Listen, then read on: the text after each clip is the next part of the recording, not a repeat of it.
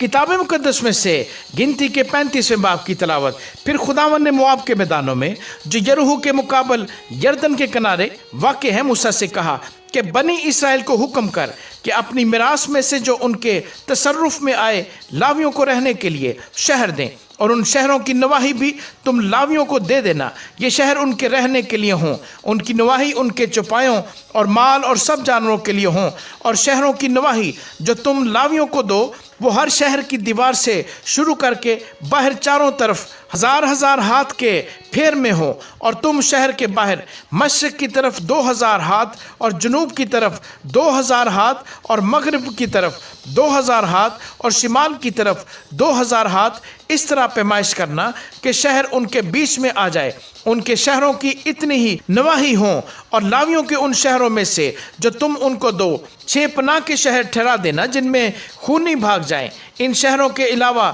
42 شہر اور ان کو دینا، یعنی سب ملا کر 48 شہر لاویوں کو دینا، اور ان شہروں کے ساتھ ان کی نواحی بھی ہو، اور وہ شہر بنی اسرائیل کی میراث میں سے یوں دیے جائیں، جن کے قبضے میں بہت سے شہر ہوں ان سے بہت، اور جن کے پاس تھوڑے ہوں ان سے تھوڑے شہر لینا۔ ہر قبیلہ اپنی میراث کے مطابق جس کا وہ وارث ہو لاویوں کے لیے شہر دے۔ اور خداوند نے موسیٰ سے کہا کہ بنی اسرائیل سے کہہ دے کہ جب تم یردن کو عبور کر کے ملک کنعان میں پہنچ جاؤ تو تم کئی ایسے شہر مقرر کرنا جو تمہارے لیے پناہ کے شہر ہوں، تاکہ وہ خونی جس سے سہون خون ہو جائے وہاں بھاگ جا سکے۔ ان شہروں میں تم کو انتقام لینے والے سے پناہ ملے گی، تاکہ خونی جب تک وہ فیصلے کے لیے جماعت کے آگے حاضر نہ ہو تب تک مارا نہ جائے۔ اور پناہ کے جو شہر تم دو گے وہ 6 ہوں، 3 شہر تو یردن کے پار اور 3 ملک کنعان میں دینا۔ یہ پناہ کے شہر ہوں گے۔ ان 6 شہروں میں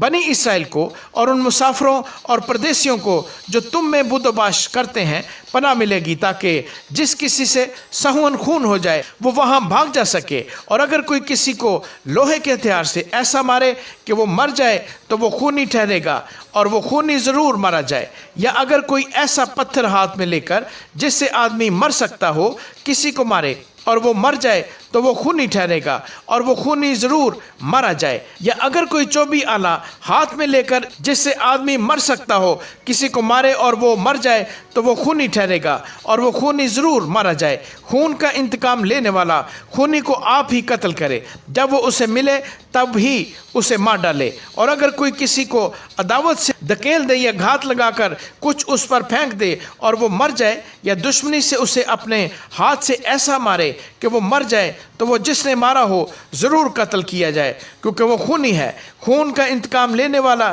اس خونی کو جب وہ اسے ملے مار ڈالے۔ پر اگر کوئی کسی کو بغیر عداوت کے ناگہان دھکیل دے یا بغیر گھات لگائے اس پر کوئی چیز ڈال دے، یا اسے بغیر دیکھے کوئی ایسا پتھر اس پر پھینکے جس سے آدمی مر سکتا ہو اور وہ مر جائے، پر یہ نہ تو اس کا دشمن اور نہ اس کے نقصان کا خواہاں تھا، تو جماعت ایسے قاتل اور خون کے انتقام لینے والے کے درمیان انہی احکام کے موافق فیصلہ کرے، اور جماعت اس قاتل کو خون کے انتقام لینے والے کے ہاتھ سے چھڑائے، اور جماعت ہی اسے پناہ کے اس شہر میں جہاں وہ بھاگ گیا تھا واپس پہنچوا دے۔ اور جب تک سردار کاہن جو مقدس تیل سے ممسوح ہوا تھا مر نہ جائے تب تک وہ وہیں رہے۔ لیکن اگر وہ خونی اپنے پناہ کے شہر کی سرحد سے جہاں وہ بھاگ کر گیا ہو کسی وقت باہر نکلے، اور خون کے انتقام لینے والے کو وہ پناہ کے شہر کی حدود کے باہر مل جائے، اور انتقام لینے والا قاتل کو قتل کر ڈالے،